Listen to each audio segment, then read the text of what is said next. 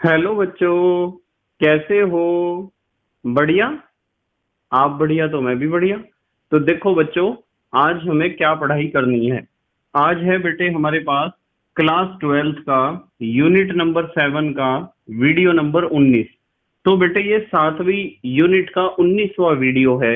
और इससे पहले 18 वीडियो आपको प्लेलिस्ट में भी मिल जाएंगे और नीचे बेटे डिस्क्रिप्शन में भी मिल जाएंगे। और कुछ समय बाद आई बटन में भी लिंक आ जाएगा, जहां आप यूनिट नंबर 7 को पूरा पढ़ सकते हो और अपने सुंदर से नोट्स बना सकते हो, जो एग्जाम में आपकी बहुत ज्यादा हेल्प करेंगे।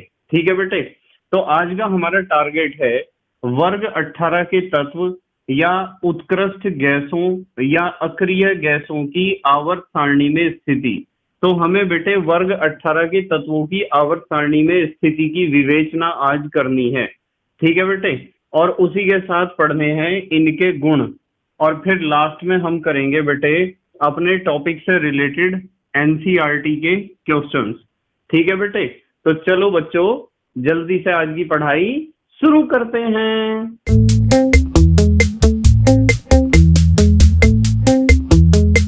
तो बेटे आज हमें बात करनी है वर्ग 18 के तत्वों के बारे में, जिन्हें आप कहते हो उत्कृष्ट गैस या फिर कुछ बच्चे कहते हैं अक्रिय गैस। और बेटे कुछ लोग कहते हैं शून्य वर्ग के तत्व। तो इनकी आवर्त सारणी में स्थिति के बारे में आज हम बात करेंगे। ठीक है बेटे। तो सब बच्चे ध्यान से समझेंगे बिल्कुल। सबसे पहले तो आपको एक बात ये ध्यान रखनी है कि बेटे HeNeArKrXeRn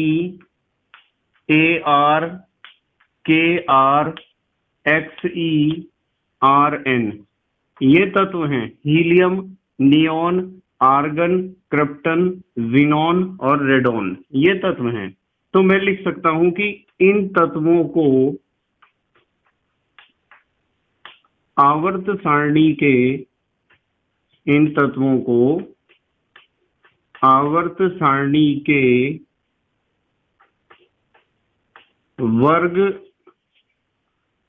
18 में रखा गया है। ठीक है बेटे। कहाँ रखा गया है? वर्ग 18 में रखा गया है। सबसे पहले तो ये बात आपको ध्यान रखनी है कि इन्हें रखा गया है कौन से वर्ग में बेटे? 18वें वर्ग में रखा गया है। और इनकी एक खासियत पता क्या है? इनकी खासियत ये है बेटे कि इनकी बाहरी कक्षा है पूरी भरी हुई, यानी संतृप्त। अर्थात बाहरी कक्षा में 8 इलेक्ट्रॉन हैं। जब इनकी बाहरी कक्षा में बेटे 8 इलेक्ट्रॉन हैं, इसका मतलब इनकी बाहरी कक्षा संतृप्त है। और जब इनकी बाहरी कक्षा संतृप्त है तो ये किसी से अभिक्रिया नहीं करेंगे। ना तो इन्हें इलेक्ट्रॉनों की जरूरत है, अर्थात ना तो ये इलेक्ट्रॉनों को ग्रहण करेंगे और ना ही किसी को इलेक्ट्रॉन देंगे। तो जब इन्हें ना तो इलेक्ट्रॉन लेना है और ना ही इन्हें अपने इलेक्ट्रॉन देने हैं और ना ही किसी के साथ अपनी कक्षा के इलेक्ट्रॉनों की साझेदारी करनी है, तो इसीलिए इन्हें कहा जाता है उत्कृष्ट गैस, क्योंकि किसी रासायनिक अभिक्रिया में भाग नहीं लेते हैं ये तत्व। ठीक है बेटे। और गैसीय अवस्था में पाए जाते हैं। तो आपको एक बात ये पता होनी चाहिए, ये अपने आप में एक इम्पॉर्टेंट पॉइंट है, पेपर में पूछा जाता है, ध्यान रखना है बेटे आपको। एक बात ये ध्यान रखनी है कि इनकी बाहरी कक्षा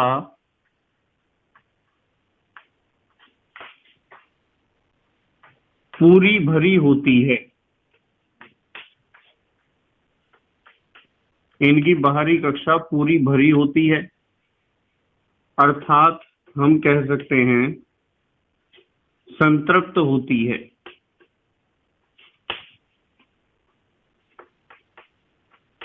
अर्थात कैसी होती है बेटे? संतृप्त होती है। हम लिख सकते हैं इसलिए ये किसी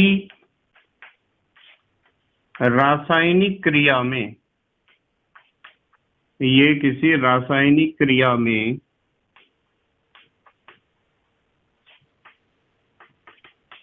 भाग नहीं लेते हैं। समझ रहे ना बेटे? रासायनिक क्रिया में भाग नहीं लेते हैं। जब इनकी बाहरी कक्षा पूरी भरी हुई है तो इसीलिए ये किसी रासायनिक अभिक्रिया में क्या करते हैं बेटे, भाग नहीं लेते हैं, या फिर हम यूं कह सकते हैं कि किसी भी पदार्थ से क्रिया नहीं करते हैं। लिख दूं मैं इस बात को भी, अथवा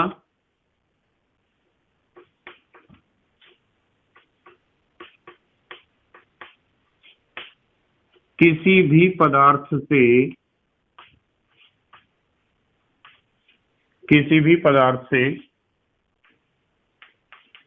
क्रिया नहीं करते हैं। ये चीज आपको पता होनी चाहिए। और जब ये किसी पदार्थ से क्रिया नहीं करते हैं तो बेटे मैं लिखूंगा इसलिए, ध्यान से समझ लियो, इसलिए इन्हें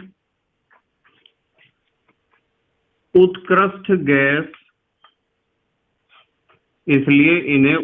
गैस या कुछ बच्चे बोलते हैं अक्रिय गैस, उत्कृष्ट गैस या अक्रिय गैस कहा जाता है। बताओ इस चीज को ध्यान रखोगे क्या बेटे? पेपर में सवाल पता क्या आता है? पेपर में क्वेश्चन आता है कि जो 18वें वर्ग के तत्व हैं उन्हें हम उत्कृष्ट गैस क्यों कहते हैं। तो आपको जवाब देना आ गया है ना बेटे।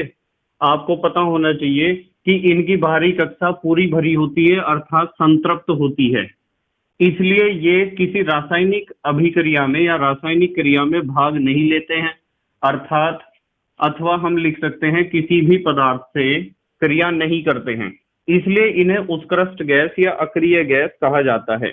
और बेटे एक बात और बताऊं बहुत अच्छी, एक बात ये ध्यान रखनी है कि इन्हें शून्य वर्ग के तत्व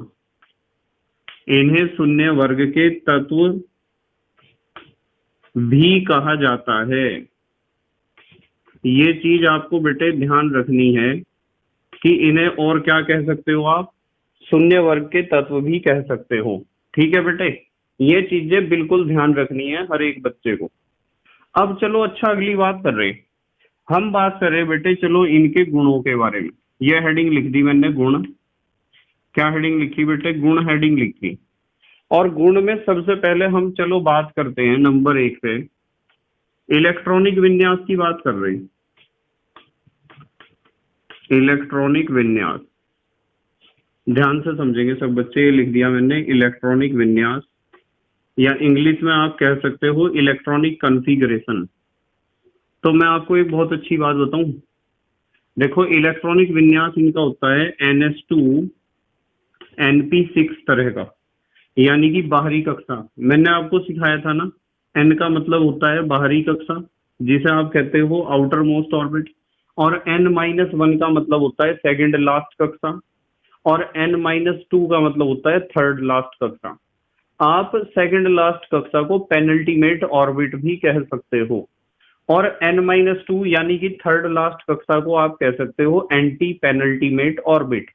इस चीज का भी आपको पता होना चाहिए। तो इनका इलेक्ट्रॉनिक विन्यास होता है बेटे NS2 NP6 जैसा।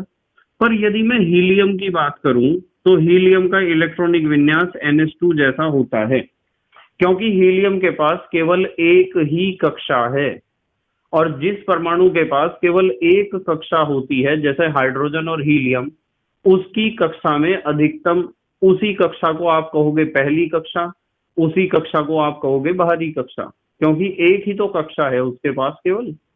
और बेटे एक कक्षा में अधिकतम 2 इलेक्ट्रॉन आ सकते हैं यदि वह पहली कक्षा है और वह ही अंतिम कक्षा है। इस चीज को आपको समझना पड़ेगा, क्योंकि आपने अधिकतम इलेक्ट्रॉनों का एक फार्मूला पढ़ा है कि यदि किसी कक्षा में अधिकतम इलेक्ट्रॉनों की संख्या आपको निकालनी है तो आप निकालते हो 2n² से। किससे निकालते हो? 2n²। तो 2n² यदि फार्मूला आप लगाओगे तो पहली कक्षा में n की जगह यहाँ 1 लिखना है, तो 2 गुणा 1 का स्क्वायर, और 1 का स्क्वायर तो बेटे 1 ही होगा, तो 2 गुणा 1 बराबर 2, यानी पहली कक्षा में अधिकतम 2 इलेक्ट्रॉन भरे जा सकते हैं। तो वैसे तो हीलियम को छोड़ दो, बाकी सभी अक्रिय गैसों का इलेक्ट्रॉनिक विन्यास होता है NS2 NP6 जैसा, यानी बाहरी कक्षा के S में 2 इलेक्ट्रॉन, बाहरी के P में 6, तो 2 और 6 कितने होंगे? 8 इलेक्ट्रॉन होंगे। जैसे मैं आपको लिख के दिखा दूं, कि सामान्य इलेक्ट्रॉनिक विन्यास लिख रहा बेटे मैं बिल्कुल एकदम। हीलियम के पास होते हैं 2 इलेक्ट्रॉन, कॉमा। अब यदि हीलियम के बाद मैं नियॉन की बात करूं, नियॉन के पास होते हैं 2,8, यानी पहली कक्षा में 2, दूसरी कक्षा में 8। और यदि आर्गन की बात करें हम, Ar, इसके पास होते हैं 2, 8, 8। ठीक है। क्रिप्टन की बात करें तो इसके पास होते हैं 2, 8, 18, 8, 4 कक्षाएं हैं इसके पास। तो ये देखो, हीलियम को तो छोड़ दो, हीलियम के अतिरिक्त जितने भी अक्रिय गैसों के तत्व हैं उनकी बाहरी कक्षा में देखो, नियॉन की बाहरी कक्षा में 8 इलेक्ट्रॉन है, आर्गन की बाहरी कक्षा में 8 इलेक्ट्रॉन है, क्रिप्टन की बाहरी कक्षा में 8 इलेक्ट्रॉन है। जब इनकी बाहरी कक्षा में 8 इलेक्ट्रॉन है, इसीलिए तो ये किसी के साथ अभिक्रिया नहीं करते हैं, इसीलिए तो इन्हें उत्कृष्ट गैस कहा जाता है। पता है ना बेटे इस बात का आपको? तो ये हो गए गुण में पहला इलेक्ट्रॉनिक विन्यास। चलो दूसरी बात कर रहे हैं हम, दूसरा गुण। अब हमें डिस्कस करना है आयनन एंथैल्पी। अच्छा एक बात बताओ, आयनन एंथैल्पी को आयनन विभव भी कहते हैं ना? कुछ बच्चे कहते हैं आयनन विभव और कुछ बच्चे कहते हैं आयनन ऊर्जा। तो आप चाहे आयनन एंथैल्पी कहो या आयनन विभव कहो या आयनन ऊर्जा कहो, सभी बातों का एक ही मतलब है बेटे। ठीक है। अच्छा सुनो, आपको पता है कि यदि कोई परमाणु गैसीय अवस्था में है और गैसीय अवस्था में यदि कोई परमाणु होता है और उसकी बाहरी कक्षा से निकालना होता है हमें 1 इलेक्ट्रॉन, तो गैसीय अवस्था में किसी परमाणु की बाहरी कक्षा से 1 इलेक्ट्रॉन को निकालने के लिए जितनी ऊर्जा की हमें आवश्यकता होती है उस ऊर्जा को हम कहते हैं आयनन एंथैल्पी या आयनन ऊर्जा या आयनन विभव। ठीक है बेटे। अब मैं इनकी बात बताऊं, यदि अक्रिय गैसों की, ये अक्रिय गैसें हैं हमारे पास He, Ne, Ar, Kr, Xe, Rn, यही तो है बेटे, ये सब अक्रिय गैसें हैं। जैसे मैं आपको लिख सकता हूं, इन्हें याद करने का एक निमोनिक मैं लिख सकता हूं, ही मैन, He से तो ही मैन बन गया, ने आर्नोल्ड को जमीन पर रौंदा, जमीन पर रौंदा। ये इसका निमोनिक आप याद कर सकते हो यदि आपको याद करने का कोई ट्रिक सीखना है। ठीक है बेटे। हीमैन ने आर्नोल्ड को जमीन पर रौंदा, जय की आवाज एक्स से आती है, पता है ना आपको?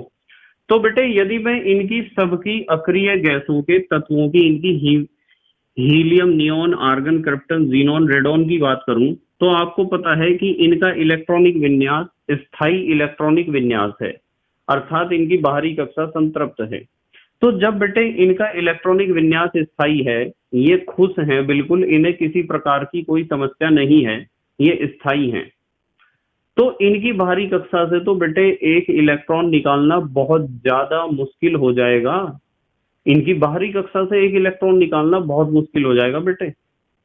इसलिए हो जाएगा क्योंकि ये स्थायी हैं, ये खुश हैं, ना तो इन्हें किसी भी इलेक्ट्रॉन की जरूरत है और ना ही इन्हें किसी इलेक्ट्रॉन को देना पड़ रहा है किसी दूसरे तत्व या परमाणु को।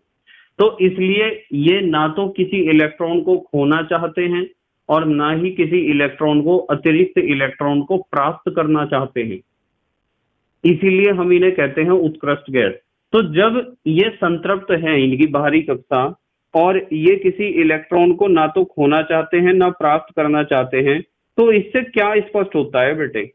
इससे स्पष्ट होता है कि यदि इनकी बाहरी कक्षा से आपको 1 इलेक्ट्रॉन निकालना है तो आपको बहुत ज्यादा मात्रा में ऊर्जा की आवश्यकता पड़ेगी, या फिर मैं इसे कहूंगा कि इनका आयनन एंथैल्पी बहुत ज्यादा होगा, बहुत अधिक होगा आयनन एंथैल्पी। आयनन ऊर्जा या आयनन विभव इनका बेटे बहुत ज्यादा होगा क्योंकि ये इनका इलेक्ट्रॉनिक विन्यास स्थायी है। ठीक है बेटे। तो हमने लिखा आयनन एंथैल्पी, तो मैं एक छोटे से वाक्य में लिख सकता हूं कि स्थायी इलेक्ट्रॉनिक विन्यास स्थायी इलेक्ट्रॉनिक विन्यास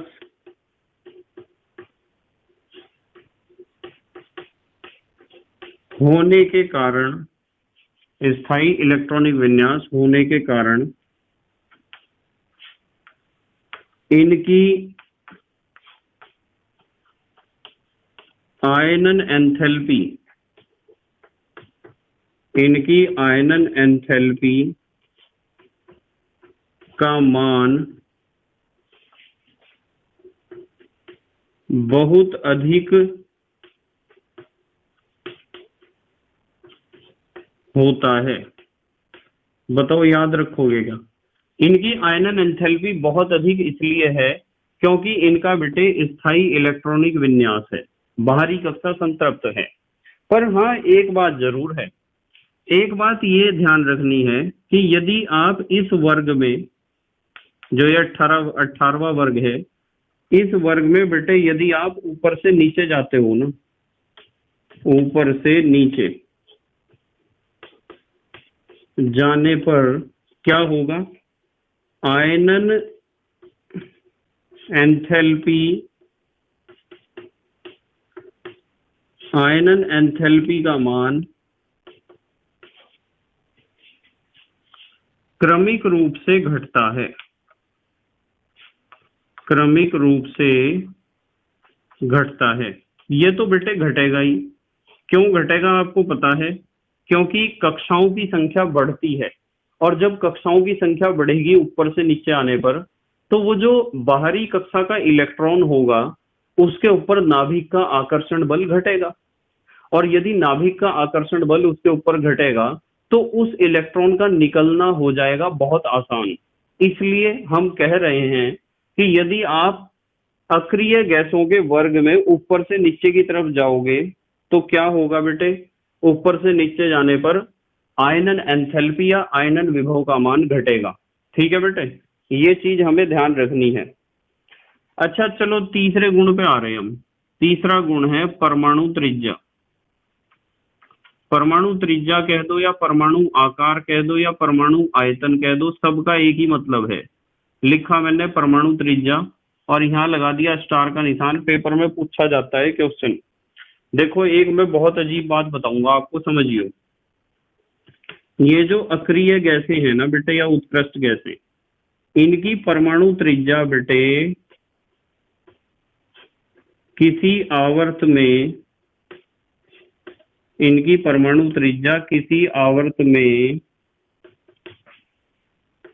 सबसे, यहां रिक्त स्थान छोड़ दिया, होती है। बताओ रिक्त स्थान में क्या आना चाहिए? भाई आप किसी आवर्त में यदि बाएं से दाएं इस तरीके से चलते हो तो परमाणु त्रिज्या घटती है। सारे बच्चों को पता है इस बात का, 11th में भी आपने पढ़ा है। यदि आप किसी वर्ग में बाएं से दाएं इस तरीके से चलते हो तो क्या होता है? परमाणु त्रिज्या घटती जाती है क्योंकि नाभिकीय आकर्षण बल बढ़ता जाता है बाहरी कक्षा के इलेक्ट्रॉनों पर। तो आप यदि इस 18वें वर्ग की बात करो, 18वें वर्ग के ये जो तत्व हैं, ये सभी तत्व बेटे सबसे दाईं ओर रखे हुए हैं आवर्त सारणी में। और जब ये तत्व बेटे सबसे दाईं ओर रखे हुए हैं तो इनकी तो बेटे परमाणु त्रिज्या सबसे छोटी होनी चाहिए। बताओ होनी चाहिए या नहीं? इनकी परमाणु त्रिज्या तो बेटे सबसे छोटी होनी चाहिए क्योंकि ये आवर्त सारणी में सबसे दाईं तरफ रखे हुए हैं। पर बेटे इनकी परमाणु त्रिज्या सबसे छोटी नहीं होती है, बस यही असली खेल है। इनकी परमाणु त्रिज्या बेटे सबसे बड़ी होती है। और बच्चे यहाँ हो जाते हैं कंफ्यूज कि सर नियम तो हमें ऐसा कह रहा है कि इनकी परमाणु त्रिज्या सबसे छोटी होनी चाहिए और आप कह रहे हो कि इनकी परमाणु त्रिज्या सबसे बड़ी होती है। तो हम सेंटेंस को पूरा करेंगे, इनकी परमाणु त्रिज्या किसी आवर्त में सबसे बड़ी होती है। अब हुआ सेंटेंस पूरा। अब दिमाग में तो आपके एक सवाल खड़ा हो गया खतरनाक वाला कि सर आखिरकार ऐसा क्यों है? आप किस आधार पर बोल रहे हो कि अक्रिय गैसों या उत्कृष्ट गैसों या 18वें वर्ग के तत्वों की परमाणु त्रिज्या सबसे बड़ी होती है? आपका बोलने का आधार क्या है सर?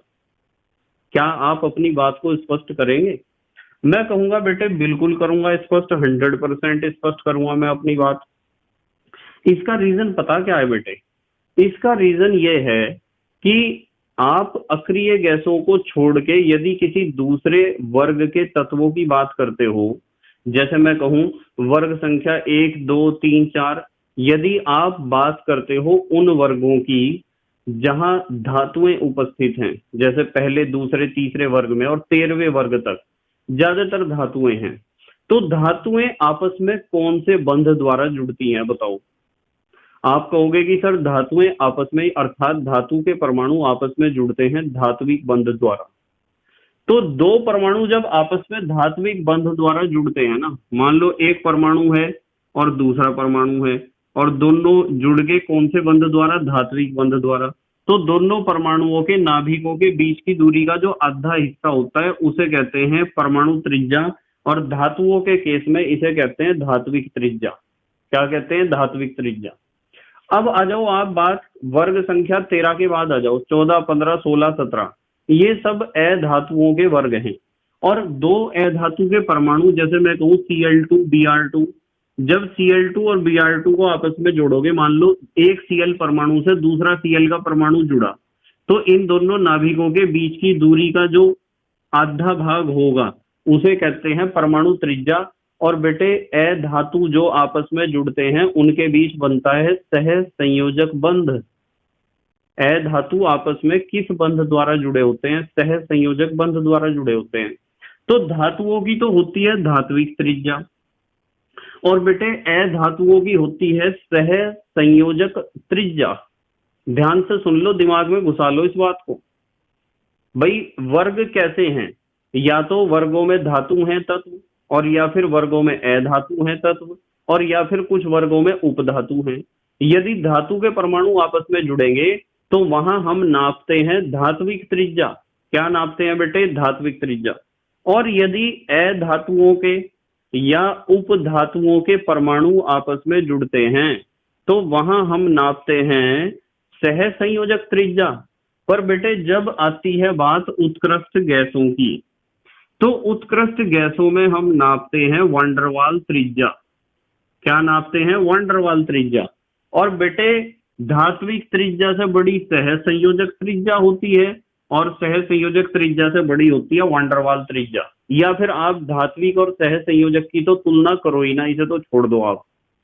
आप सीधे इस पे आ जाओ कि वंडरवाल त्रिज्या किनकी है? इनकी। और बेटे वंडरवाल त्रिज्या सबसे बड़ी होती है, धात्विक त्रिज्या से भी बड़ी होती है, और सह संयोजक त्रिज्या से भी बड़ी होती है। ध्यान रखोगे ना इस बात का? ठीक है। तो हमें इस बात का पता चला है कि इनकी परमाणु त्रिज्या किसी आवर्त में सबसे बड़ी होती है। मैं कारण लिख रहा इसका यहाँ, क्योंकि एग्जाम में क्वेश्चन आता है ये। क्योंकि उत्कृष्ट गैसों की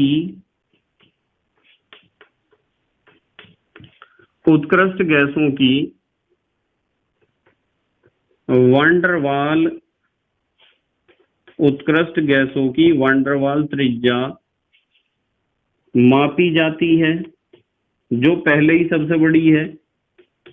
वंडरवाल त्रिज्या मापी जाती है, जबकि शेष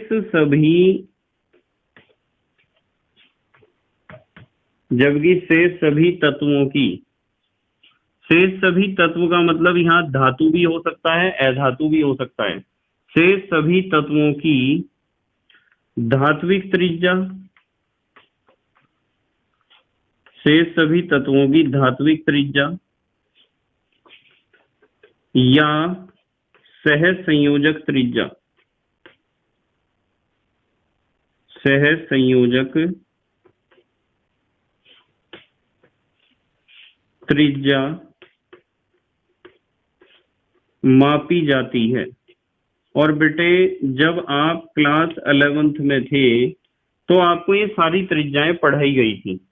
तो यदि मैं बात करूं धात्विक त्रिज्या की और यदि मैं बात करूं सह संयोजक त्रिज्या की, तो ये दोनों त्रिज्याएं इस वंडरवाल त्रिज्या से छोटी होती हैं।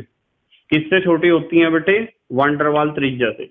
ये चीज ध्यान रखनी है आपको सब बच्चों को, ठीक है। जल्दी से, अच्छा चलो स्क्रीनशॉट लो, फिर अगली पढ़ाई करेंगे।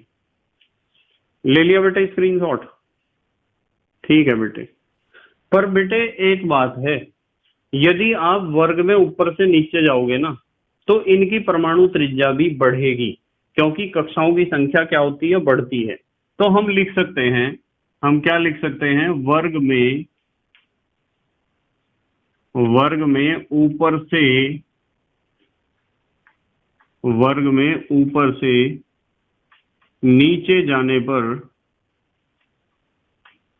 वर्ग में ऊपर से नीचे जाने पर अक्रिय गैसों की, अक्रिय गैस कह दो या उत्कृष्ट गैस कह दो, एक ही बात है बेटे, अक्रिय गैसों की परमाणु त्रिज्या, अक्रिय गैसों की परमाणु त्रिज्या क्रमिक रूप से बढ़ती है, क्रमिक रूप से बढ़ती है। अच्छा आप बता सकते हो मुझे क्यों बढ़ती है? वर्ग में ऊपर से नीचे जाने पर परमाणु त्रिज्या क्रमिक रूप से क्यों बढ़ती है, बताओ।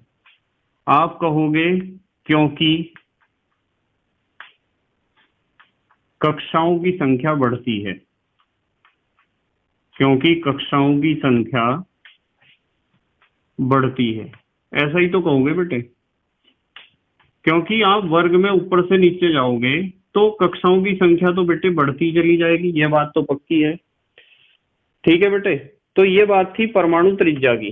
परमाणु त्रिज्या में आपको ये जरूर ध्यान रखना है कि अक्रिय गैसों की परमाणु त्रिज्या बेटे सबसे बड़ी होती है किसी भी आवर्त में, क्योंकि उनकी हम नापते हैं वांडरवाल त्रिज्या, और बाकी सब तत्वों की नापी जाती है या तो धात्विक त्रिज्या यदि वे धातुएं हैं, और या फिर सहसंयोजक त्रिज्या यदि वे अधातु हैं या उपधातु हैं।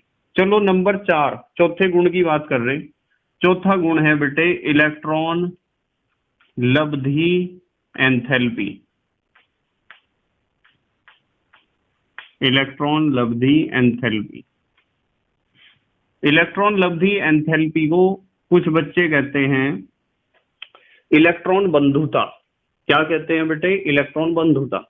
अब मुझे एक बात बताओ, जब इनका इलेक्ट्रॉनिक विन्यास स्थायी है, इनकी बाहरी कक्षा पूरी भरी हुई है, तो क्या ये किसी इलेक्ट्रॉन को अपनी बाहरी कक्षा में ग्रहण करना चाहेंगे?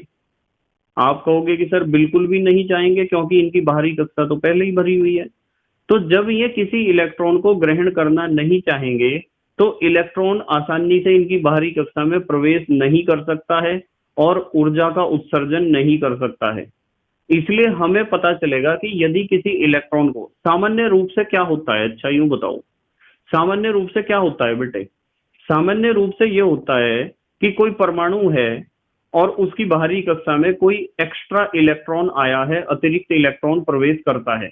तो जब बाहरी कक्षा में कोई नया इलेक्ट्रॉन एंट्री मारता है बाहर से, तो कुछ एनर्जी रिलीज होता है, कुछ ऊर्जा उत्सर्जित होता है, और उस उत्सर्जित होने वाले ऊर्जा को या उस रिलीज होने वाले एनर्जी को हम कहते हैं इलेक्ट्रॉन लब्धि एंथैल्पी या इलेक्ट्रॉन बंधुता। और क्योंकि वो एनर्जी रिलीज होता है, वो ऊर्जा उत्सर्जित होता है, इसलिए हम उस ऊर्जा को मानते हैं ऋणात्मक या नेगेटिव। पर यहां तो जरा केस ही कुछ बिगड़ा हुआ है। यहां क्या समस्या है बेटे? यहां समस्या ये है कि अक्रिय गैस या उत्कृष्ट गैसों की बाहरी कक्षा तो पहले से ही संतृप्त है, इनका इलेक्ट्रॉनिक विन्यास तो पहले ही स्थायी है। तो जब इनकी बाहरी कक्षा भरी हुई है, तो यदि कोई नया इलेक्ट्रॉन इसकी बाहरी कक्षा में प्रवेश करने का प्रयास करेगा, तो ये उसे प्रवेश नहीं करने देंगे, क्योंकि इनकी आदत इलेक्ट्रॉन ग्रहण करने की नहीं होगी। तो आपको उस इलेक्ट्रॉन को प्रवेश कराना है तो जबरदस्ती आपको उसे प्रवेश कराना पड़ेगा, और जब आप उस इलेक्ट्रॉन को जबरदस्ती प्रवेश कराओगे तो इसका मतलब है हमें ऊर्जा लगानी पड़ेगी, ना कि ऊर्जा वहां उत्सर्जित होगी। तो हम कहेंगे कि इनकी जो इलेक्ट्रॉन लब्धि एंथैल्पी है बेटे, उसका मान ऋणात्मक ना होकर धनात्मक हो जाएगा। कैसा हो जाएगा? धनात्मक। तो हम लिख सकते हैं बेटे कि स्थायी इलेक्ट्रॉनिक विन्यास है इनका, स्थायी इलेक्ट्रॉनिक विन्यास स्थायी इलेक्ट्रॉनिक विन्यास होने के कारण, स्थायी इलेक्ट्रॉनिक विन्यास होने के कारण इनमें इलेक्ट्रॉन ग्रहण करने की, इनमें इलेक्ट्रॉन ग्रहण करने की प्रवृत्ति नहीं होती है।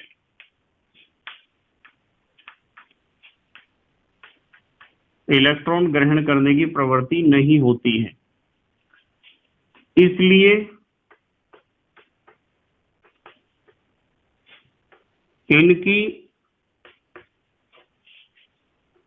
इलेक्ट्रॉन लब्धि एंथैल्पी का मान ऋणात्मक न होकर, होना तो चाहिए था ऋणात्मक न होकर धनात्मक होता है, धनात्मक होता है, क्योंकि आप उस इलेक्ट्रॉन को कक्षा में जबरदस्ती ही प्रवेश करा सकते हो। ठीक है बेटे। अच्छा, एक चीज तो सामान्य है कि यदि आप वर्ग में ऊपर से नीचे जाओगे ना, वर्ग में ऊपर से नीचे जाने पर इलेक्ट्रॉन बंधुता कह दूंगा कि इलेक्ट्रॉन बंधुता भी तो कह सकते हो, इलेक्ट्रॉन लब्धि एंथैल्पी को। इलेक्ट्रॉन बंधुता का मान, इलेक्ट्रॉन बंधुता का मान घटता है यदि आप वर्ग में ऊपर से नीचे जाओगे बेटे। तो सामान्य सा परिवर्तन है, इलेक्ट्रॉन बंधुता का मान क्या होता है, घटता है। नंबर 5 पे चलो बात कर रहे हैं भौतिक गुण की। अब हम इन उत्कृष्ट गैसों के भौतिक गुणों की बात करेंगे। चलो भौतिक गुणों के बारे में इनके बात करेंगे कि कौन कौन से भौतिक गुण हमें याद रखने हैं। एक तो सबसे पहली बात तो यह ध्यान रखनी है कि ये जो हैं ये एक परमाणविक ठोस होते हैं, एक परमाणविक ठोस, यानी कि ऐसे ठोस, एक परमाणविक गैस कहो बेटे, गैस होते हैं या अणु कह दो, ये तो सब अक्रिय गैस है ना। क्या है बेटे, गैस है, अक्रिय गैस। तो एक परमाणविक का मतलब जिनमें केवल एक परमाणु पाया जाता है, जैसे हीलियम में एक परमाणु है।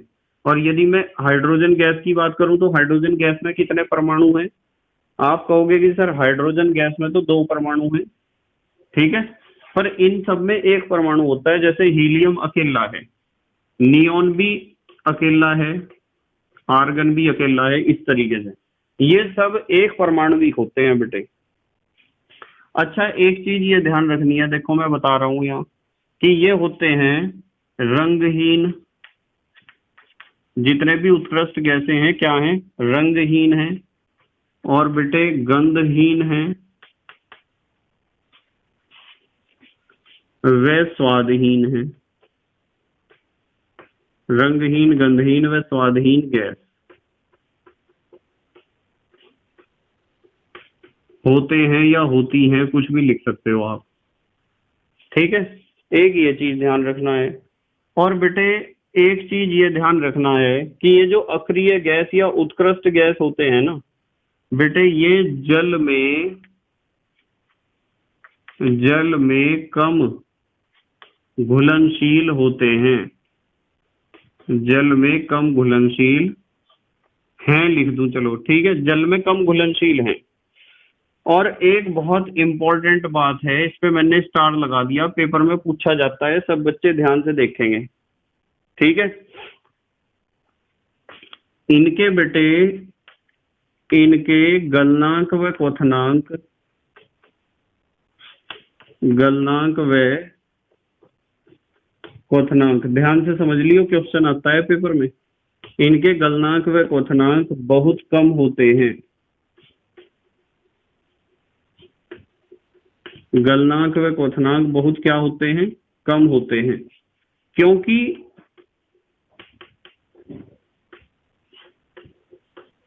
इनके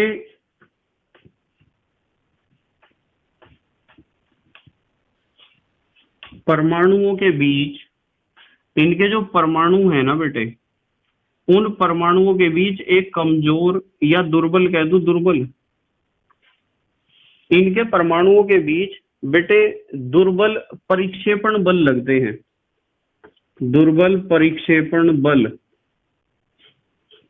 या परिक्षेपण बल का एक सही रूप मैं आपको बताऊं, या आप कह सकते हो वांडरवाल बल।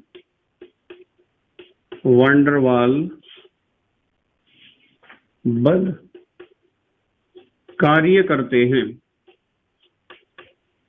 तो इनके बीच बेटे कमजोर वांडरवाल फोर्सेस कार्य करते हैं, कमजोर बल हैं, कमजोर आकर्षण बल हैं, इसीलिए इनके गलनांक व क्वथनांक क्या होते हैं, बहुत कम होते हैं।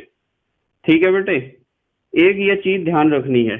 चलो खैर, नंबर 6 पे आ जाओ आप, रासायनिक गुणों की बात कर रहे। चलो रासायनिक गुण, ध्यान से समझेंगे सब बच्चे। रासायनिक गुणों में सबसे पहले तो आपको एक बात पता होनी चाहिए कि ये सबसे कम क्रियाशील होते हैं। मैं लिखूंगा उत्कृष्ट गैसें सबसे कम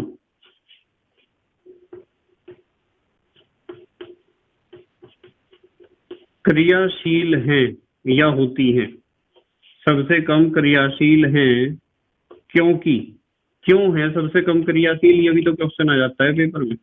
मतलब जो उत्कृष्ट गैसें हैं वे सबसे कम क्रियाशील क्यों हैं, इसका पहला रीजन यहाँ बता रहा बेटे क्यों है। इसलिए है बेटे क्योंकि इनके जो संयोजकता कोष होते हैं, जिसे आप कहते हो बाहरी कक्षा, इनके संयोजकता कोष में क्या खासियत होती है, अच्छा बताओ, बाहरी कक्षा में क्या खासियत होती है। खासियत ये होती है कि बाहरी कक्षा पूरी भरी होती है बस। तो हम लिखेंगे कि इनके संयोजकता कोष, कोषों का पूर्ण भरित या पूरा भरा हुआ इलेक्ट्रॉनिक विन्यास। पूर्ण भरित इलेक्ट्रॉनिक विन्यास का मतलब तो समझते हो आप, NH2 NP6, और हीलियम के लिए आप कह सकते हो NS2। पूर्ण भरित इलेक्ट्रॉनिक विन्यास होता है जब इनकी बाहरी कक्षा का इलेक्ट्रॉनिक विन्यास या इनकी बाहरी कक्षा पूरा भरा होता है या वो संतृप्त होता है। इसीलिए तो ये किसी से क्रिया नहीं करते हैं, सबसे कम क्रियाशील होते हैं बेटे। ठीक है, अच्छा एक कारण आप ये भी लिख सकते हो कि इनकी जो आयनन एंथैल्पी है, इनकी आयनन एंथैल्पी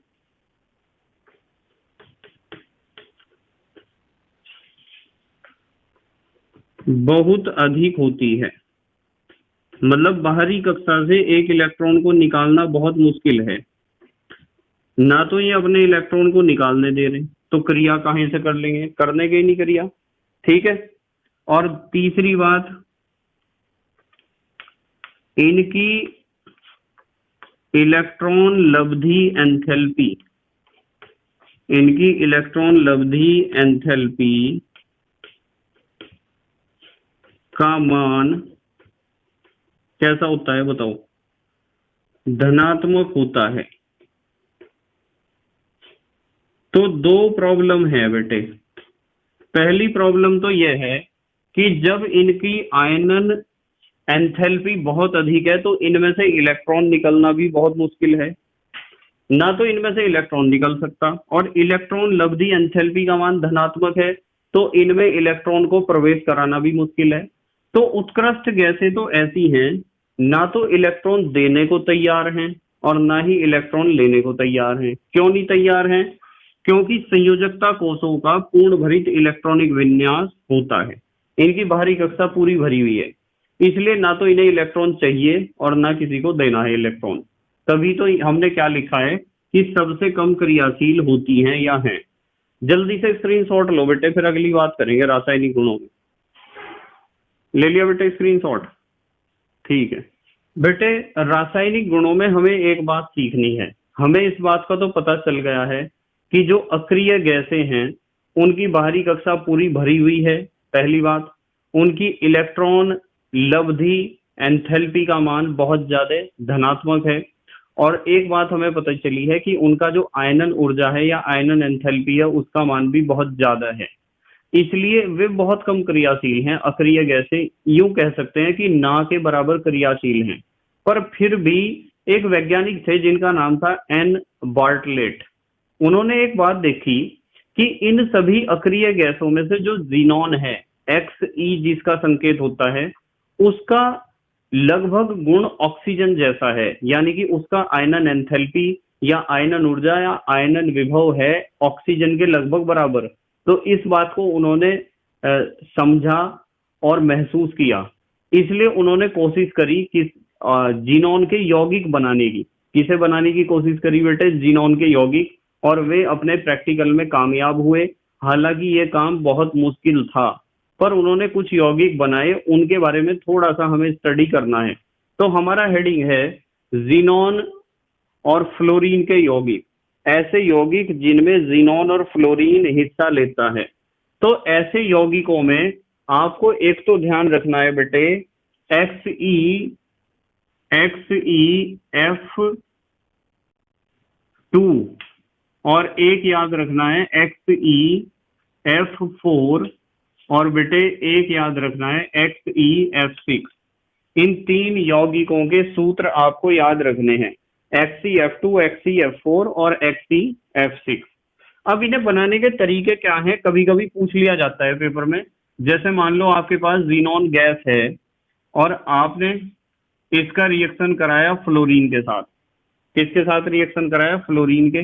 और यहाँ एक बात ध्यान रखनी है आपको कि यहाँ बेटे टेम्परेचर होना चाहिए 673 केल्विन और बेटे दाब होना चाहिए 1 बार, 1 बार होना चाहिए यहाँ दाब। और जीनोन गैस जो हमने ली है वो अधिकता में होनी चाहिए। यदि यहाँ जीनोन गैस अधिकता में उपस्थित है और आप इसका रिएक्शन कराते हो फ्लोरीन के साथ, तो बन जाता है XeF2। क्या बन जाता है? XeF2, जो एक सॉलिड है। Xenon difluoride. क्या बना बेटे? Xenon difluoride. अच्छा, मान लो, चलो इस रिएक्शन को तो हमने देख लिया, एक रिएक्शन और देखो। मान लो आपके पास जीनोन गैस है और आपने उसका रिएक्शन फिर फ्लोरीन से कराया। किससे कराया? फ्लोरीन से। यहां आपको अनुपात लेना है 1:5 का अनुपात। ये अलग परिस्थिति है। और बेटे यहां टेम्परेचर है 873 केल्विन। कितना है? 873 केल्विन। और दाब है बेटे 7 बार। दाब भी आपने बढ़ा दिया, 1 बार को बढ़ा के 7 बार कर दिया। तो ऐसी स्थिति में बनता है XeF4। ये भी एक क्रिस्टलीय ठोस होता है। कैसा होता है? सॉलिड। अच्छा, फिर एक अलग परिस्थिति में रिएक्शन करी इन्होंने। जैसे Xe रिएक्शन करेगा 3F2 के साथ, और इस बार खासियत यह है कि इनका अनुपात है 1:20। कितना है? 1:20। और बेटे यहाँ टेम्परेचर हमने रख रखा है 573 केल्विन। यदि टेम्परेचर हम 573 केल्विन रखते हैं और दाब को रखते हैं 60 से 70 बार, बहुत ज्यादा दाब हमने बढ़ाया है। बहुत मुश्किल काम है ना अक्रिय गैसों के यौगिकों को बनाना। तो बन जाता है XeF6। और ये भी एक सॉलिड है। क्या है बेटे? सॉलिड है। पर एक चीज और देखी बार्टलेट ने। उन्होंने देखा कि यदि आप XeF4 लोगे और उसका रिएक्शन कर दोगे O2F2 से, डाई ऑक्सीजन डाई फ्लोराइड से, और इसे गर्म करोगे 143 केल्विन पर, यदि आप इसे गर्म करोगे तो भी आपको XeF6 मिल जाएगा। Xe तो ये है ही, F कितने हो जाएंगे देखना, 4 और 2 6। और साथ में क्या होगा? साथ में हमारी निकलेगी ऑक्सीजन गैस। ये O2 गैस है ना, ये निकल जाएगी। तो इस तरीके से भी आप जीनोन हेक्साफ्लोराइड बना सकते हो। अब इनके बारे में कुछ बातें ध्यान रखनी है आपको। जैसे हमने बनाया XeF2 बनाया है ना, और बेटे हमने XeF4 भी बनाया है। हमने बेटे XeF6 भी बनाया है। ये 3 तरह के यौगिक बनाए हैं हमने और तीनों ठोस हैं। इनके बारे में एक चीज ये ध्यान रखनी है कि ये तीनों बेटे रंगहीन ठोस होते हैं। क्या होते हैं? रंगहीन ठोस पदार्थ होते हैं और ये चीज ध्यान रखनी है। और ठोस में भी चलो एक बात लिख लो आप,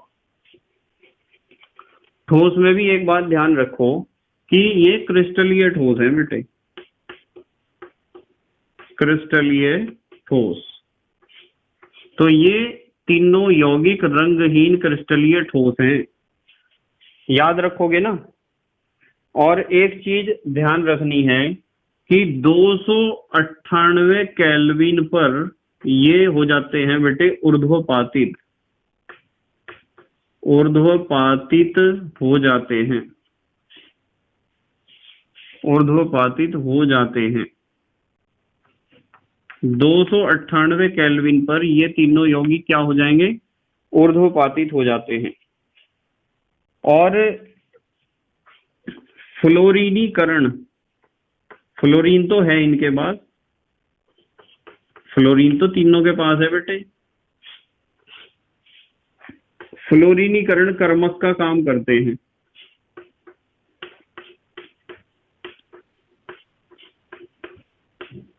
किसका काम करते हैं बेटे?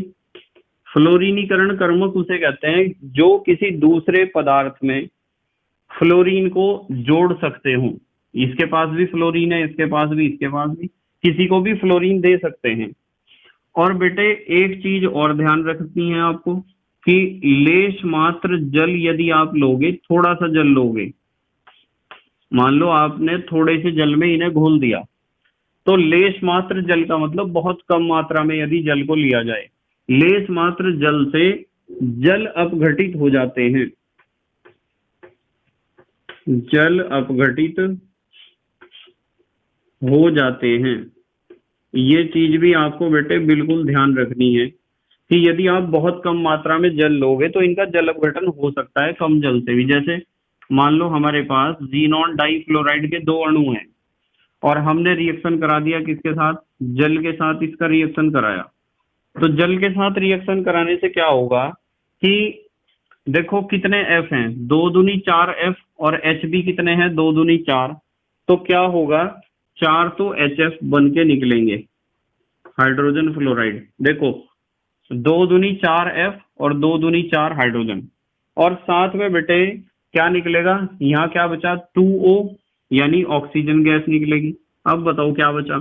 अब हमारे पास बचे हैं Xe के कितने परमाणु? 2। तो हम लिख सकते हैं 2Xe, ज़ीनॉन अलग हो चुका है। तो जल अपघटन यदि करते हो तो ज़ीनॉन अलग हो जाता है। अच्छा, यदि इनकी संरचना की बात करें, चलो इनकी संरचना के बारे में बात कर रहे हैं, ध्यान से समझियो जरा। सबसे पहले हम बात करेंगे संरचना में XeF2 की बात करेंगे। चलो यहां लिख रहा मैं XeF2। XeF2 की संरचना यदि आप देखोगे तो बेटे ऐसी होती है। देखो यहां तो बना दूं मैं Xe, एक F ऊपर एक F नीचे, एक बॉन्ड पेयर लॉन पेयर यहां बना दो, एक लॉन पेयर यहां बना दो और एक लॉन पेयर बना दो यहां। ऐसा होता है XeF2। ठीक है, ध्यान रखोगे ना। या तो आप ऐसा कर सकते हो कि 2 बॉन्ड पेयर इधर, एक बॉन्ड लॉन पेयर, मतलब इन्हें पलट के भी बना सकते हो और ऐसा भी बना सकते हो। तो ये XeF2 की संरचना होती है बेटे। और ये संरचना में क्या होता है? ये XeF2 कैसा होता है? रेखीय। तो मैं लिख सकता हूं कि संरचना कैसी है? रेखीय है। किसकी संरचना है? XeF2 की। आपको पता है ना ज़ीनॉन के पास कितने इलेक्ट्रॉन होंगे बाहरी कक्षा में? 8। 1 2 3 4 5 6, एक इस बॉन्ड में 7, एक इस बॉन्ड में 8 इलेक्ट्रॉन होंगे। फ्लोरीन तो सिंगल बॉन्ड ही बनाता है। तो ऐसी संरचना होती है XeF2 की। इस संरचना को हम कह सकते हैं रेखीय संरचना। क्या कह सकते हैं? रेखीय संरचना। अच्छा चलो नंबर 2 यहाँ बता दूं आपको। अब देखेंगे हम XeF4 की संरचना। किसकी संरचना देखनी है? ज़ीनॉन टेट्रा फ्लोराइड की।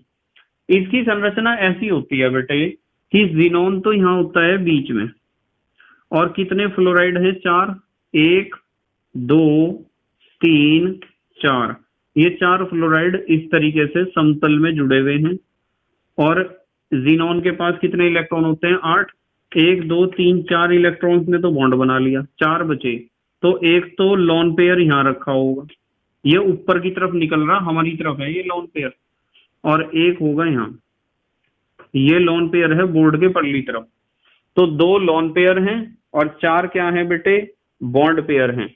और ये चारों बॉन्ड पेयर जो है ना, ये चारों बॉन्ड बोर्ड के तल में हैं। तो इस संरचना को आप कह सकते हो वर्ग समतलीय। वर्ग समतलीय संरचना है। कैसी संरचना है बेटे? वर्ग समतलीय। एक इस चीज को ध्यान रखना है, XeF2 की संरचना रेखीय है और XeF4 की संरचना कैसी है? वर्ग समतलीय है। तो चलो इसे भी देख लो। नंबर 3 पे एक और है हमारे पास, XeF6 जीनोन हेक्सा फ्लोराइड। ठीक है बेटे, ध्यान से देखेंगे इसकी संरचना कैसी होती है। ये तो हो गया जीनोन। कितने F हैं? 6। 6 F में से 4 तो आप ऐसे ही जोड़ो, 1 2 3 4। 4 F तो ये जुड़ गए, यहाँ जुड़ जाएंगे 4 F। 1 2 3 4। अब कितने बचे? 2। उसमें से एक तो जुड़ जाएगा इधर, थोड़ा तिरछा बना रहा मैं, देखते रहो। बनाए ना दोनों बॉन्ड बिल्कुल सीधे नहीं। अब इलेक्ट्रॉन गिनो जीनोन पे, 1 2 3 4 5 6 इलेक्ट्रॉन है, 2 बचे। वे 2 इलेक्ट्रॉन लोन पेयर के रूप में रहेंगे ऊपर, यहाँ मैं यहाँ है, इस जगह बाहर निकलते गए। और ये दोनों बॉन्ड जो है थोड़े से किसकी तरफ है? इस लोन पेयर से दूर हटे हुए हैं, क्योंकि आपको पता है लोन पेयर का प्रतिकर्षण बॉन्ड पेयर पे बहुत ज्यादा पड़ता है। तो मैं इसे कह सकता हूं भाई अष्टफलकीय तो ये है नहीं। भाई आपको पता होना चाहिए कि ये कितने बॉन्ड हैं? 4 बॉन्ड तो ये प्लेन में रखे होंगे, ये वाला बॉन्ड ऊपर की तरफ को होगा, ये वाला बॉन्ड बाहर बाहर निकल रहा बोर्ड से, और ये वाला बॉन्ड बोर्ड के परली तरफ है। और इधर साइड में क्या है? थोड़ा सा लोन पेयर। तो लोन पेयर ने इसके ऊपर भी प्रतिकर्षण लगाया है, इसके ऊपर भी, ये दोनों झुक गए परली तरफ, यानी लोन पेयर से दूर। तो मैं इसे अष्टफलकीय तो कह नहीं सकता बेटे।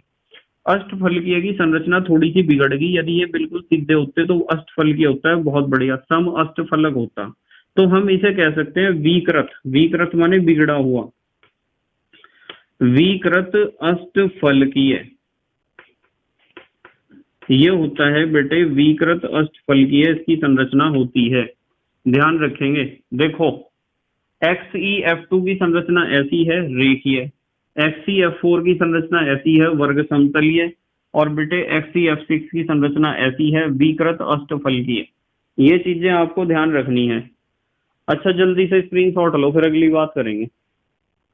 ले लिया स्क्रीनशॉट? ठीक है बेटे। तो बेटे ये जीनोन और फ्लोरीन से बनने वाले जो यौगिक हैं, XeF2, XeF4 और XeF6, ये बेटे अभिक्रिया कर सकते हैं कुछ ऐसे यौगिकों के साथ जिनमें या तो फ्लोरीन को ग्रहण करने की आदत हो या जिनमें फ्लोरीन को देने की आदत हो। ऐसे यौगिकों के साथ कुछ क्रियाएं दिखाते हैं। और किस तरह दिखाते हैं वो सीख लो आप, कभी कभार पेपर में पूछ लिया जाता है इसके बारे में।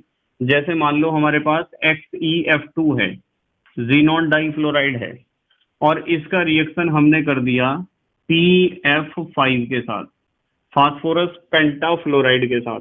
तो ऐसे में क्या होता है कि ये फास्फोरस एक फ्लोरीन को ले सकता है, और इसके लेने से क्या बनता है? यहाँ क्या बचेगा बेटे?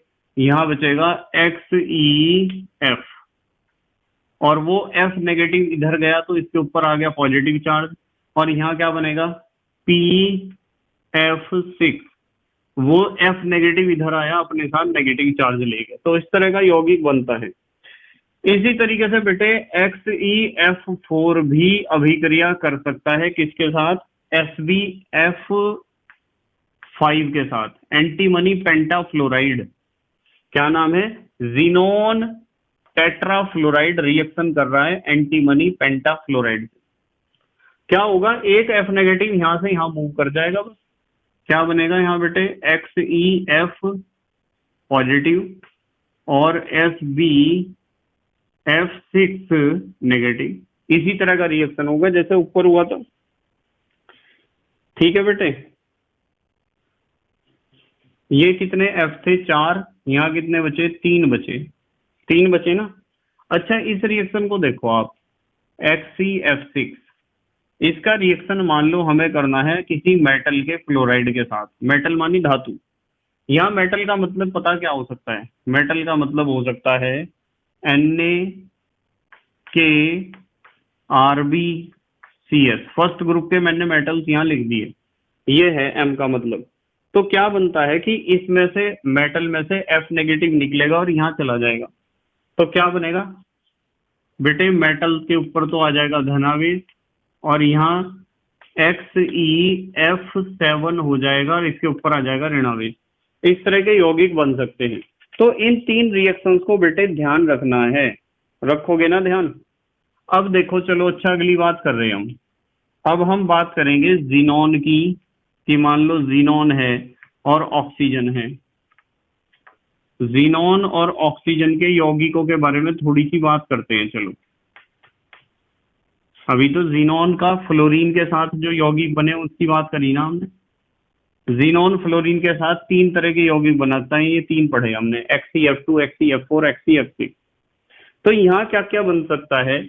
एक तो बन सकता है XeO3, जीनोन ट्राई ऑक्साइड, और एक बन सकता है XeOF4, एक ये बन सकता है जीनोन ऑक्सी टेट्राफ्लोराइड, और एक बन सकता है बेटे जीनोन डाईऑक्सी डाईफ्लोराइड। इस तरह के यौगिक बन सकते हैं जीनोन के ऑक्सीजन के साथ। देखो बेटे, क्या होता है, हमारे पास 6FXC4 है मान लो, और इसका हमने जल के अणुओं से जल अपघटन कराया है।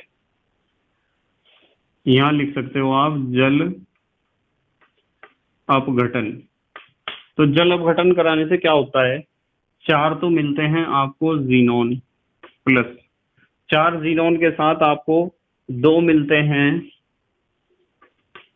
Xenon try oxide. ठीक है बेटे, यही हमें बनाना था। ऊपर देखो, और बेटे 24 HF, 24 मिलते हैं HF, और 3 मिलते हैं O2। इस तरह का रिएक्शन थोड़ा सा लिख के आपको याद रखना है बेटे। अच्छा, इस रिएक्शन को देखो, मान लो आपके पास XeF6 है और इसका आपने जल अपघटन किया है जल के साथ। यहां भी आप लिख सकते हो जल अपघटन। क्या लिख सकते हो? जल अपघटन। तो ऐसा करने से भी आपको XeO3 मिलेगा, XeO3। देखो, ये XeO3 हमने बनाया यहाँ भी और यहाँ भी। इनमें से कोई सा भी रिएक्शन लिख के आ सकते हो आप, और 6 मिलेंगे आपको HF। तो ये दूसरा रिएक्शन आपको ज्यादा आसानी से याद हो जाएगा, तो इसे पक्का कर लेना आप। ठीक है बेटे। अच्छा, एक तरीका और है, देखो, मान लो आपके पास XeF6 है, जीनोन हेक्साफ्लोराइड, और आप इसका करते हो इस बार आंशिक जल अपघटन। मैं यहाँ लिखूंगा कि इस बार हमने किया है आंशिक जल अपघटन, क्योंकि यहाँ तो हमें पता है कि 6F थे, 3 दूनी 6 ही H लिए, जब ही तो 6 HF निकले थे। अब यहाँ 6F हैं और 2 हैं हाइड्रोजन, तो 2 ही तो निकलेंगे HF।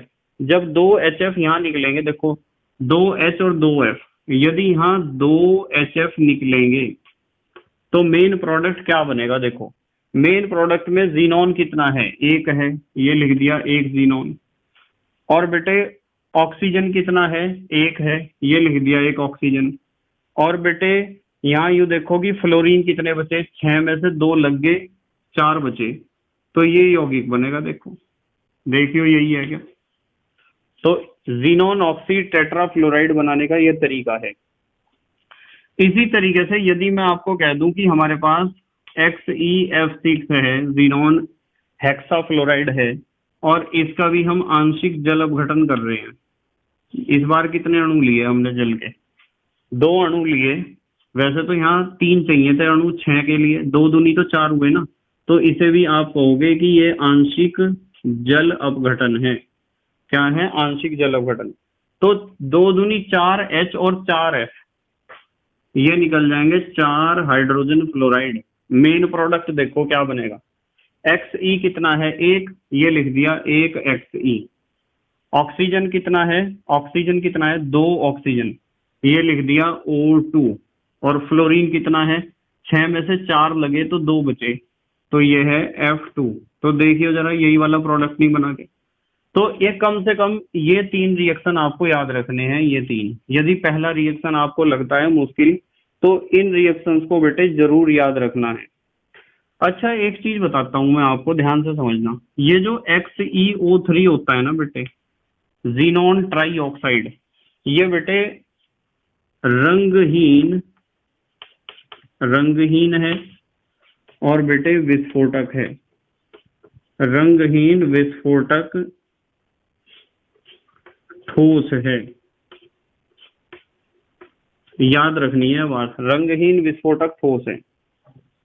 और यदि कोई आपसे पूछ ले XeOF4 के बारे में, बस इन 2 के बारे में पूछ सकता है कोई, तो ये है बेटे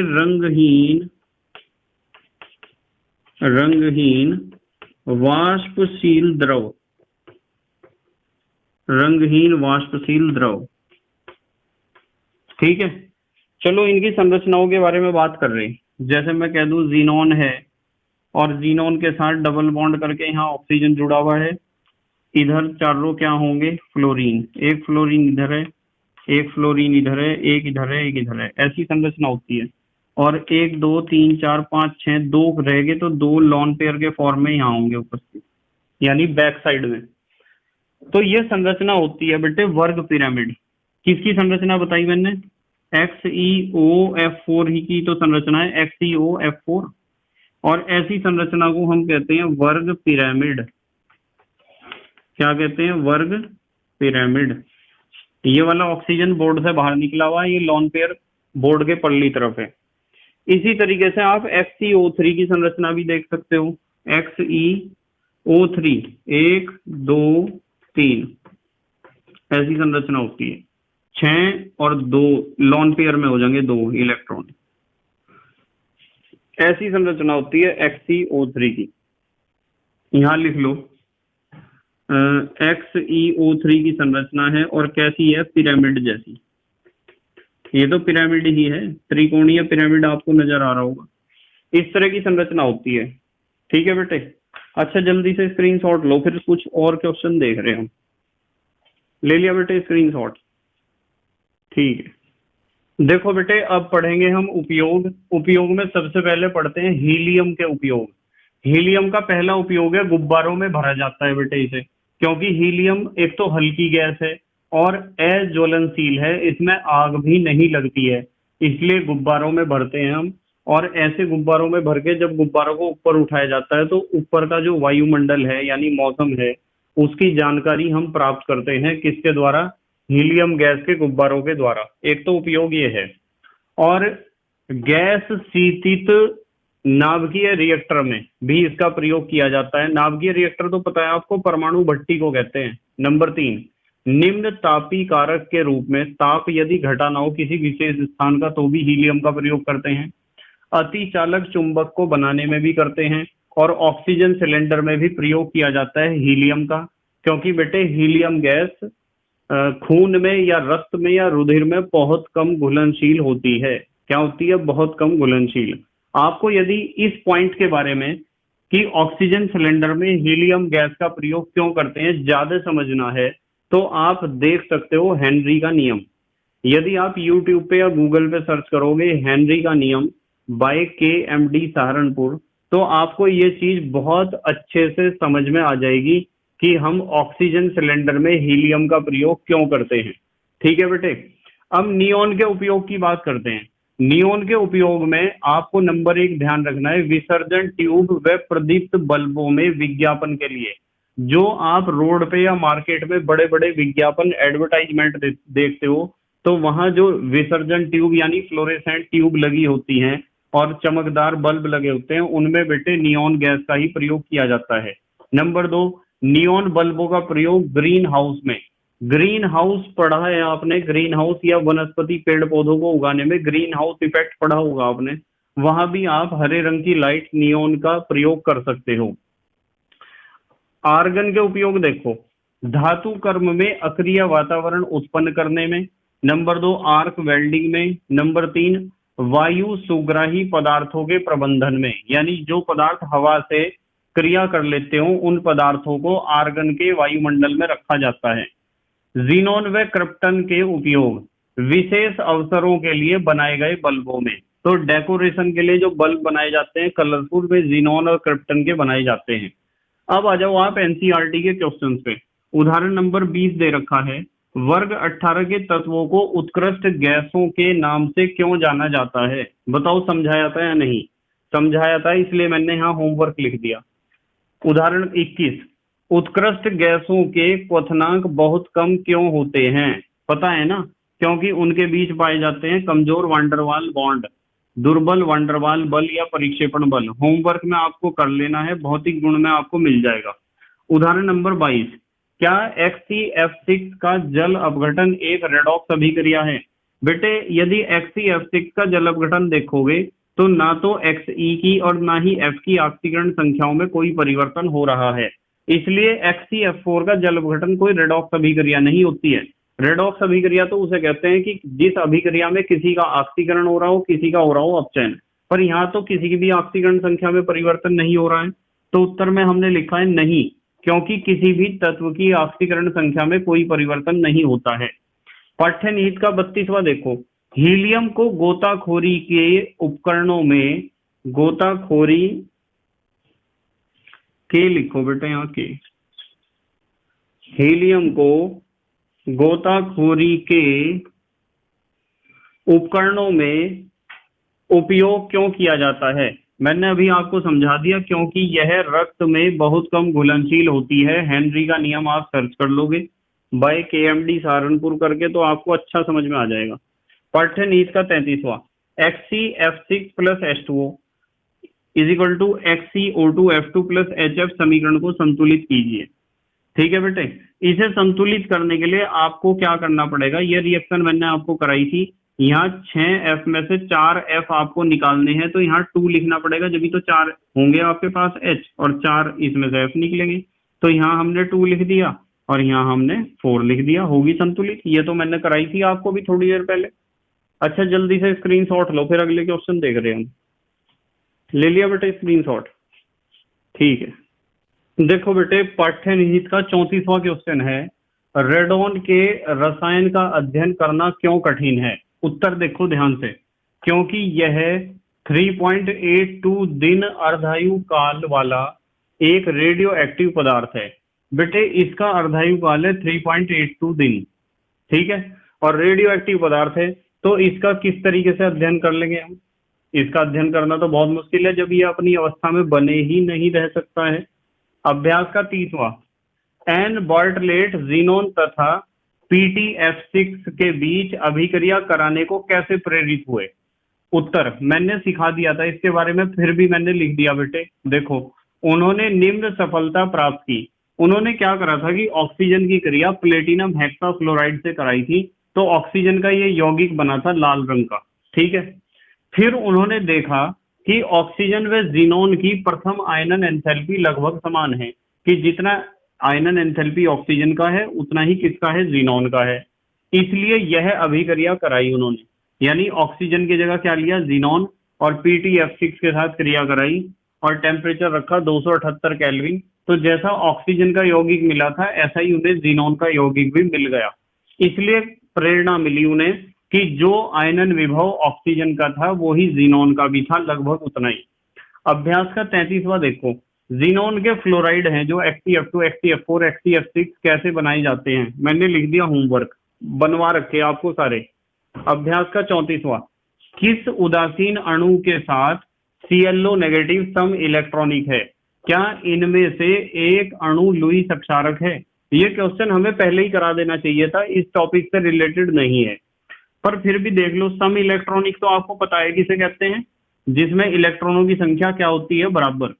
ClO नेगेटिव में इलेक्ट्रॉन, Cl में 17, ऑक्सीजन में 8 और नेगेटिव की वजह से एक और 26। इसके सम इलेक्ट्रॉनिक 2 हैं। OF2 में इलेक्ट्रॉन देखो, ऑक्सीजन 8, F कितने हैं 2 हैं F, और फ्लोरीन में होते हैं 9, तो 9 दूनी 18 और 8 26। और ClF में भी इलेक्ट्रॉन, Cl में 17 और फ्लोरीन में 9, 17 और 9 26। ये क्या है लुईस अक्षारक, क्योंकि यहाँ Cl के पास 1 2 3 लोन पेयर ऑफ इलेक्ट्रॉन्स पड़े होंगे और वे किसी को भी दे सकता है। जो लोन पेयर दे सकता है यानी एकाकी इलेक्ट्रॉन युग्म को डोनेट कर सकता है किसी को भी, उसे ही तो कहते हैं लुईस अक्षारक। अभ्यास का 35वां देखो, XeO3 और XeO4 कैसे बनाए जाते हैं, ये भी बनाने सिखा रखे आपको। अभ्यास का 37वां, निम्न में से कौन सा यौगिक अस्तित्व में नहीं है। Xe के तो हैं, नियोन का तो कोई यौगिक हमने पढ़ा ही नहीं है क्योंकि इसका आयनन एंथैल्पी नियोन का बहुत ज्यादा है। उत्तर देखो, नियोन की उच्च आयनन एंथैल्पी के कारण NeF2 अस्तित्व में नहीं है। ठीक है बेटे, जल्दी से स्क्रीनशॉट लो, फिर अगले क्वेश्चन देख रहे हैं एनसीईआरटी के। ले लिया बेटे स्क्रीनशॉट, ठीक है।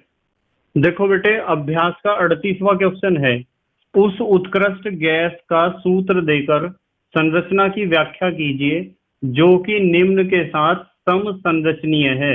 एक तो ICl4 नेगेटिव के साथ, एक IBr2 नेगेटिव के साथ, एक BrO3 नेगेटिव के साथ। तो सबसे पहले है ICl4 नेगेटिव। बेटे ICl4 नेगेटिव की संरचना होती है XeF4 जैसी।